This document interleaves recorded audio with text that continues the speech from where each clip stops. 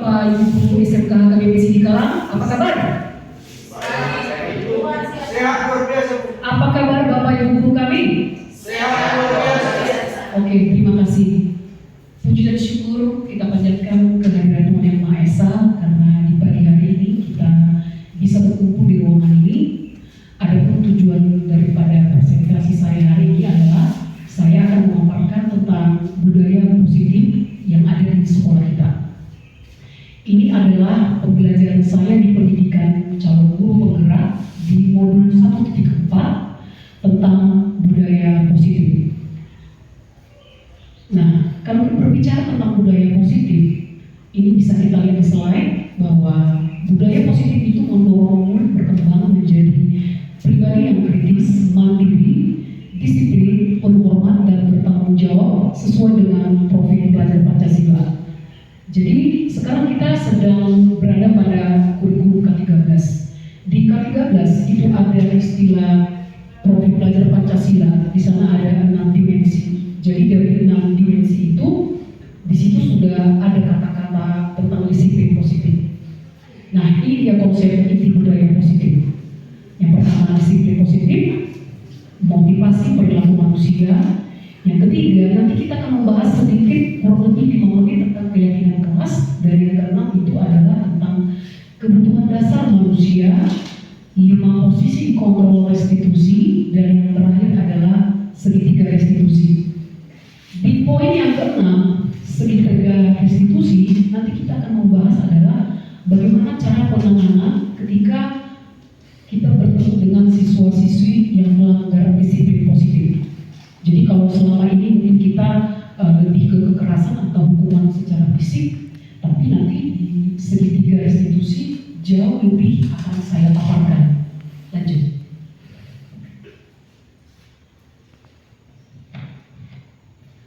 Menurut Bapak Ibu, disiplin positif itu seperti apa?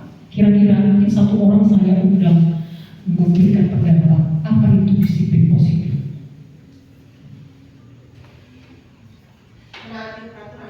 Iya Bu? Mentaati peraturan. Betul. Di sekolah kita ini ada peraturan sekolah. Begitu banyak peraturan sekolah, itu harus kita terapkan kepada siswa. Nah, di kelas nanti itu akan ada istilah keyakinan kelas. Disiplin positif dapat menumbuhkan disiplin yang didorong dalam diri murid tanpa ada paksaan, hukuman, dan hadiah. Disiplin positif dapat mengontrol dalam bertindak yang mengacu pada nilai mencerminkan profil pelajar Pancasila. Baik, kita akan sedikit membahas tentang motivasi perilaku manusia. Dian Gosek dalam bukunya Restruksi School Discipline menyatakan ada 3 motivasi perilaku manusia. Yang pertama, untuk menghindari ketidaknyamanan atau hukuman. Yang kedua, bahwa motivasi perilaku manusia adalah untuk mendapatkan imbalan atau penghargaan dari orang lain. Sedangkan yang ketiga, motivasi perilaku manusia adalah untuk menjadi orang yang mereka inginkan dan menghargai diri sendiri dengan nilai-nilai yang mereka percaya. Nah, coba kita perhatikan di poin pertama. Apa motivasi perilaku manusia? Menghindari ketidaknyamanan atau hukuman. Jadi kan kadang-kadang kita kalau kita perhatikan siswa di sekolah, motivasi mereka datang ke sekolah itu macam-macam. Ya kan, Bapak Ibu guru, tidak semua mereka itu datang ke sekolah karena keinginan dari intrinsik atau dari pribadi. Kadang-kadang bisa jadi mereka di rumah itu menghindari hukuman dari orang tua. Contoh, kalau kamu tidak mau sekolah, maka kamu tidak akan diberi uang jajan. Jadi sudah ada di sana hukuman yang diberikan oleh orang tua. Akhirnya kebanyakan anak-anak datang ke sekolah motivasinya bukan dari faktor internal, tapi sudah faktor karena hukuman. Nah, boleh jadi motivasi yang kedua adalah untuk mendapatkan imbalan. Kamu mau sekolah? Mau. Kalau, jadi di sana menggunakan kata if atau kata jika. Jika saya diberi uang jajan, saya mau sekolah Mak. Jadi ini motivasinya macam-macam. Nah, motivasi motivasi yang ketiga adalah menjadi orang yang mereka inginkan dan menghargai diri sendiri. Nah, inilah sebenarnya motivasi yang ketiga yang harusnya tumbuh dalam diri anak-anak. Jadi kalau kita orang dewasa, kita tidak lagi di poin 1 dan 2, kita sudah di poin 3. Tapi karena ini berbicara konsep untuk pelajar, ini yang harus kita tumbuhkan kepada mereka. Contoh, Pak, aku mau sekolah di SMK HKBP. Jadi tanpa ditanya, mereka mau sekolah di SMK HKBP. Nah, kira-kira seperti itu. Nah, ini ada dia. Boleh kita baca bersama-sama. Contoh, datang ke sekolah tepat waktu karena takut kena teguran. Selanjutnya, nah ini dorongan internal yang saya katakan tadi yang ketiga. Orang dengan motivasi ini akan bertanya, akan menjadi orang yang seperti apa apabila saya melakukannya. Mereka melakukan sesuatu karena nilai-nilai yang mereka yakini dan hargai. Ini adalah motivasi yang akan membuat seseorang memiliki disiplin positif. Nah, itu tadi saya katakan, poin yang ketiga ini sudah berbicara tentang dorongan internal. Jadi, kita sebagai pendidik di SMK HKBP, ini harus kita lakukan setiap saat sebenarnya. Kita motivasi anak-anak bahwa motivasi mereka dalam sekolah itu adalah untuk menghargai diri mereka sendiri. Mereka itu punya value atau punya nilai sebenarnya. Lanjut.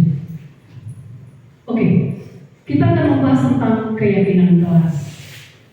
Bapak Ibu Guru, saya berencana nanti di ajaran baru di rapat sekolah nanti, mungkin Ibu Friska Papahan yang sudah terlebih dahulu sudah menjadi guru gerak bukan calon lagi, ini nanti menjadi program kita bahwa di ajaran baru kita harus menerapkan yang namanya keyakinan kelas. Keyakinan kelas ini dibuat oleh wali kelas, itu jadi dia kesepakatan. Nanti kesepakatan ini berbeda dengan peraturan sekolah. Peraturan sekolah dibuat oleh sekolah. Kalau keyakinan kelas itu dibuat oleh satu kelas. Contoh, kelas yang kita masuki sekarang ini adalah 10 KM 2. Misalkan nanti walinya adalah Bapak D. Simamora, maka di ajaran baru Bapak harus mengajak anak-anak, ayo kita keyakinan kelas. Keyakinan kelas ini Pak, sifatnya tidak seperti ini. Tidak boleh menggunakan kata tidak. Nah itu dia. Kalau peraturan sekolah menggunakan kata tidak, ya nggak Pak? Tidak boleh terlambat, tidak boleh menggunakan perhiasan. Itu sudah peraturan sekolah. Dia sudah menggunakan kata tidak. Kalau keyakinan kelas tidak seperti itu. Contohnya, misalkan poin pertama, menjaga kesopanan. Nah itu dia. Di situ tidak ada kata tidak. Contohnya yang kedua, saling menghormati. Jadi tidak boleh menggunakan tidak boleh bully. Nah, itu tidak. Kalau tidak boleh bully itu sudah identik dengan peraturan sekolah. Jadi kalau keyakinan kelas ini menggunakan kata saling menghormati. Nah itu dia. Nah bisa kita perhatikan di slide. Back kembali. Keyakinan kelas terwujud karena adanya kesepakatan guru dengan murid di dalam kelas. Itu tadi sudah saya paparkan. Keyakinan kelas bersifat konkret dan berupa pernyataan-pernyataan universal. Pernyataan-pernyataan universal itu misalkan seperti ini. Kata ketertiban itu kata yang universal. Kata keselamatan itu juga universal. Jadi ketika kita nanti menyusun keyakinan kelas, kata-kata yang kita gunakan itu harus universal. Ibaratnya konkret, tidak bertele-tele, padat dan singkat. Poin yang ketiga, ya itu sudah saya sampaikan tadi, bentuknya harus positif. Keyakinan kelas sebenarnya tidak terlalu banyak sehingga mudah diingat. Ya, kita usahakan nanti keyakinan kelas mungkin butirnya 5 sampai 7 butir. Jadi anak-anak bisa menghafal. Ini nanti keyakinan kelas ada hubungannya ke segitiga restitusi. Nanti kita akan lihat di slide selanjutnya. Keyakinan kelas sesuatu yang dapat diterapkan di lingkungan sekolah dan semua warga kelas harus ikut berkontribusi dalam pembuatan kelas lewat jumlah pendapat dan bersedia meninjau kembali keyakinan kelas. Jadi maksudnya ini Bapak Ibu Guru, keyakinan kelas ini harus ditaati di kelas itu. Jadi kelas lain tidak mentaati di kelas itu, tapi hanya warga di kelas itu yang mentaatinya. Dan di sini ada kata meninjau kembali. Ini artinya keyakinan kelas itu bisa kita ubah, nanti wali kelasnya yang ubah. Jadi kadang-kadang mungkin keyakinan kelas PON yang ke-7 mungkin tidak dilaksanakan, oke, mari kita ubah. Itu berarti mereview. Ya, mungkin sejauh ini Bapak Ibu Guru bisa mengerti yang saya sampaikan. Lanjut. Nah, ini dia contoh keyakinan kelas. Seperti saya katakan tadi, tidak ada menggunakan kata tidak. Sopan dan santun, menghargai guru dan teman, disiplin dan tepat waktu. Nah, di sini ada kata. Ini dia, begitu simpelnya dan begitu simpel dan positifnya di kata peduli. Satu kata pun dia sudah menjadi keyakinan kelas Bapak Ibu Guru. Ibadah tepat waktu. Nah, jadi terbukti keyakinan kelas itu dengan peraturan sekolah jelas itu 180 berbeda. Next. Nah, kita akan coba bahas tentang kebutuhan dasar manusia. Kalau kebutuhan dasar manusia, ya, boleh kita perhatikan di slide. Ketika kita mendapatkan apa yang kita inginkan, sebetulnya saat itu kita sedang memenuhi satu atau lebih dari satu kebutuhan dasar kita. Jadi ini ada 5 kebutuhan dasar manusia. Yang pertama, kebutuhan untuk bertahan hidup. Kalau bertahan hidup, saya rasa kita sudah paham. Kita butuh makan, ya, secara fisik kita harus memenuhi kebutuhan primer, sekunder, dan tertier. Yang kedua, kasih sayang dan rasa diterima. Nah, jadi kalau kasih sayang dan rasa diterima, ini penerapannya memang di sekolah Bapak Ibu Guru. Memang kita optimalkan dia. Anak-anak di sekolah itu butuh kasih sayang.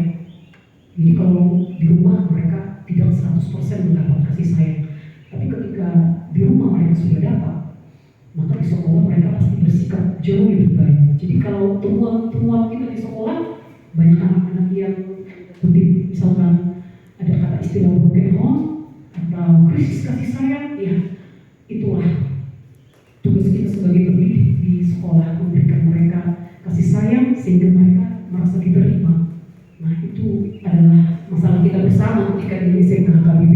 Yang ketiga, kebutuhan dasar manusia itu adalah kebebasan. Bapak Ibu Guru, kalau bicara kebebasan di sekolah, kira-kira seperti ini dia.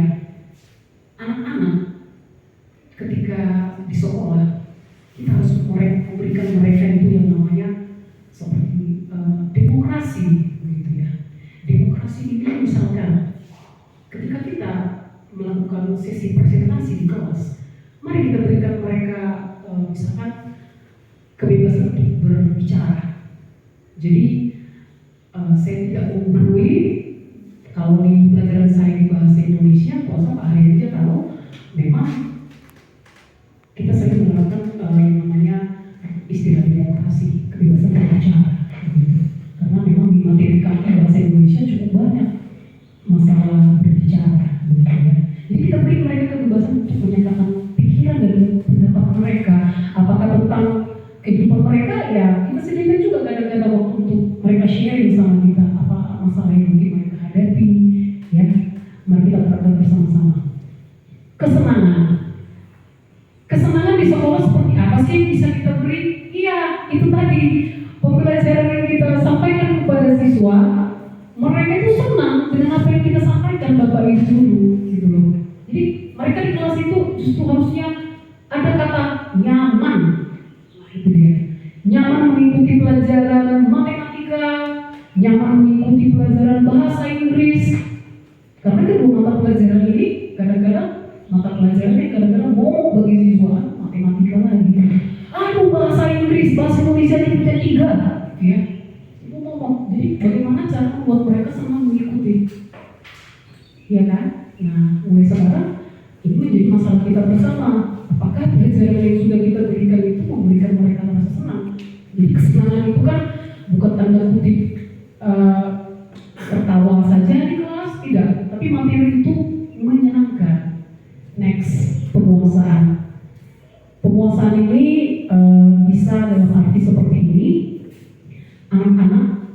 mereka di ruangan kelas adalah mereka menjadi orang-orang yang berprestasi. Itu dia. Jadi prestasi itu sebenarnya butir daripada penguasaan.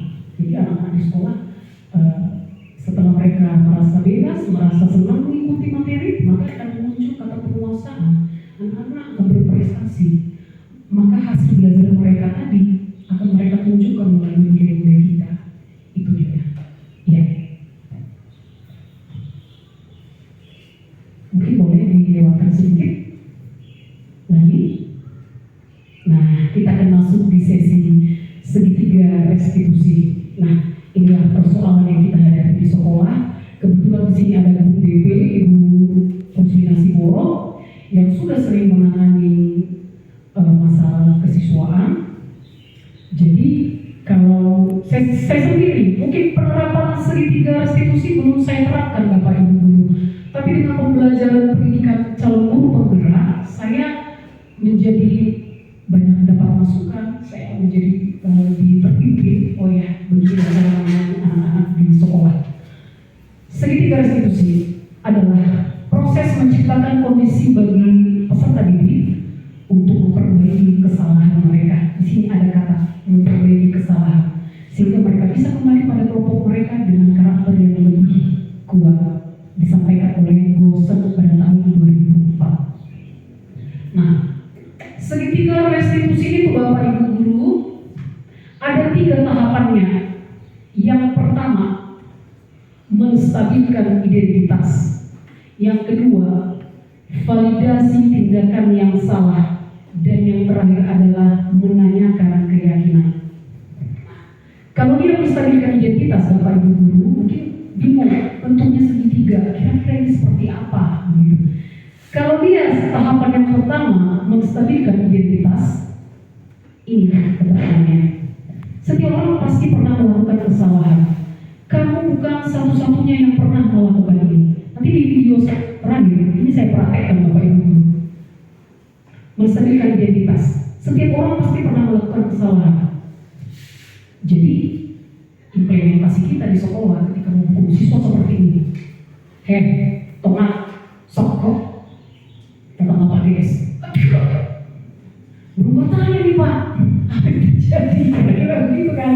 Kita langsung memberikan secara fisik kepada mereka, langsung memberikan hukuman. Nah, sebenarnya kita panggil mereka dulu. Ya, semoga ini bisa kita terapkan. Ini kan butuh kesabaran sebenarnya menghadapi siswa. Ya, dengan masalah yang begitu bahaya sebenarnya.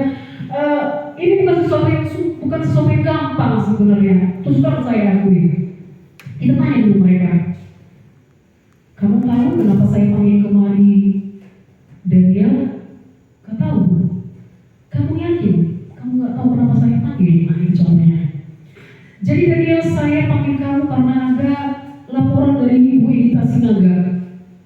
Katanya pada saat pelajaran matematika Ibu Edita, kamu sudah berpuisi sudah 5 kali dalam waktu 2 les. Benar kamu melakukan itu? Ya Bu. Nah, ketika kita bilang benar kamu melakukan itu, dia pasti tertunduk. Menginginkan cipta dimulai. Dia pasti sudah merasa bersalah. Lalu kita bilang, dengar ya Daniel, setiap orang pernah melakukan kesalahan. Ibu saja tidak lepas dari yang namanya kesalahan. Nah, keluar dia. Setiap orang pasti pernah melakukan kesalahan. Jadi ketika mengeksekusi mereka memang harus ada pengantarnya dulu. Nah, lalu kita sampaikan, kamu bukan satu-satunya yang pernah melakukan ini. Tanya pada dia, sebenarnya di kelas TKJ 1 lebih parah dari kamu dia. Bisa mereka berhenti sampai 100 kali selama 7 jam pelajaran. Kira-kira begitu. Jadi kamu bukan satu-satunya yang pernah melakukan ini. Oke, kita masuk tindakan yang kedua, validasi tindakan yang salah. Ini masih kasus yang sama tentang si Daniel berisi 2 les di mata pelajaran Ibu Edita Sinaga. Daniel, ada alasanmu permisi sampai 5 hari di mata pelajaranku. Kira-kira begitu ya. Dia pasti akan cerita. Iya, aku tadi sakit perut. Oh iya, kamu sakit perut. Kok bisa sakit perut? Jadi kita tanya sampai ke titiknya sebenarnya. Ya kalau kita sanggup sih Bapak Ibu Guru ya. Bisa sakit perut tuh. Oke. Lalu kita akan berkata, Kalau kau sakit perut, apa yang kau makan? Oke lah, ke UKS lalu kau berobat ya. Tapi kalau nanti kita masuk di tahap menanyakan keyakinan, nah kira-kira seperti ini. Jadi mulai besok ketika di mata pelajaran Ibu Edita kamu masih permisi, kira-kira apa hukuman yang bisa Ibu kasih? Dia pasti bilang, saya janji Bu, saya gak akan permisi lagi Bu. Jadi kalau masih ketahuan permisi, saya sedia untuk dihukum. Jadi dia yang harus bersedia dihukum. Jadi kita jangan kasih hukuman sama dia. Memang dia yang harus menyadari kesalahan. Iya, saya tidak akan mengulangi. Next. Nah, tadi ini dia menanyakan keyakinan di tahap ketiga, cara penanganan segitiga institusi. Ketika angka 1 dan angka 2 sukses dilakukan, maka anak akan siap menentukan dengan nilai-nilai percaya dan berpindah menjadi orang yang diinginkan. Jadi percayalah Bapak Ibu Guru, kalau nanti segitiga institusi di poin ke 1-2 sudah kita lakukan, percayalah di poin ketiga itu nanti dia akan berjanji. Saya janji Bu, nggak akan mengulangi lagi. Saya janji Bu, saya salah Bu. Nah itu statement itu sebenarnya keluar sendiri dari diri mereka. Cuma kadang mungkin pertanyaan di kepala kita sebagai Bapak Ibu Guru DP, kalau percaya, itu kira-kira itu ya 0%. Ya, tapi memang itu tugas kita itu continue gitu memang. Itulah proses yang harus kita lalui sebagai Bapak Ibu Guru. Kalau belum bisa masuk ke BP, masalah-masalah hal kecil tadi kita selesaikan dulu di kelas Bapak Ibu Guru. Jadi jangan sedikit-sedikit seperti saya pelajari ya. BP karena langsung, jangan Bapak Ibu Guru. Kalau masih masalah-masalah yang bisa kita handle saja. Kita panggil, kita terapkan segitiga restitusi. Tapi kalau kira-kira kasusnya sudah tidak ada masalah toilet, mungkin masalah cabut. Kalau masalah cabut kita terapkan kita dulu sebagai wali kelas. Jangan sedikit-sedikit masalah lempar ke BP, enggak. Kita dulu yang ambil alih. Kalau kira-kira dia masih cabut, peringatan kedua misalnya, baru kita bilang, oke, kamu di BPK saja ya. Nah, kalau sudah masuk BPK, sudah kartu merah sebenarnya. Itu dia penerapan segitiga restitusi. Next. Jadi presentasi saya tidak lama-lama lagi. Ini adalah contoh segitiga restitusi yang saya terapkan dari anak 10 KM 2. Mungkin boleh diputar bawah.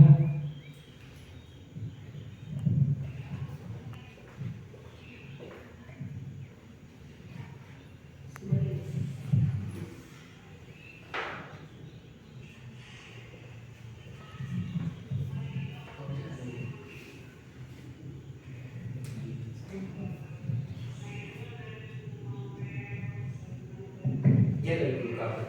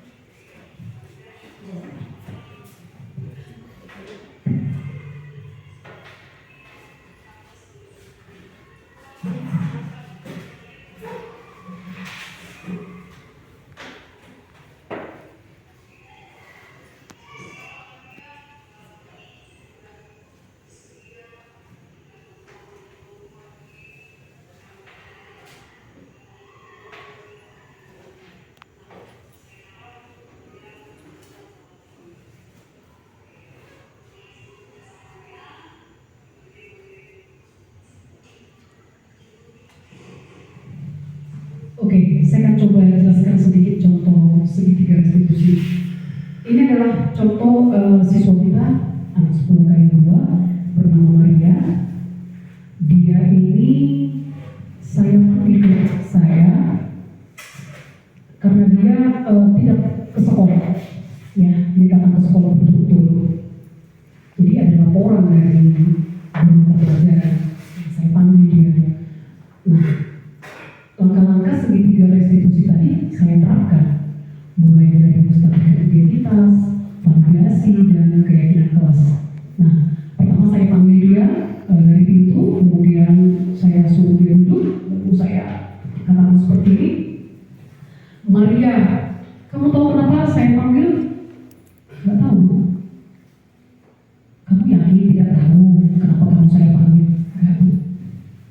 Saya dengar dari guru mata pelajaran bahwa kamu tidak datang ke sekolah berturut-turut gitu. Iya, Bu.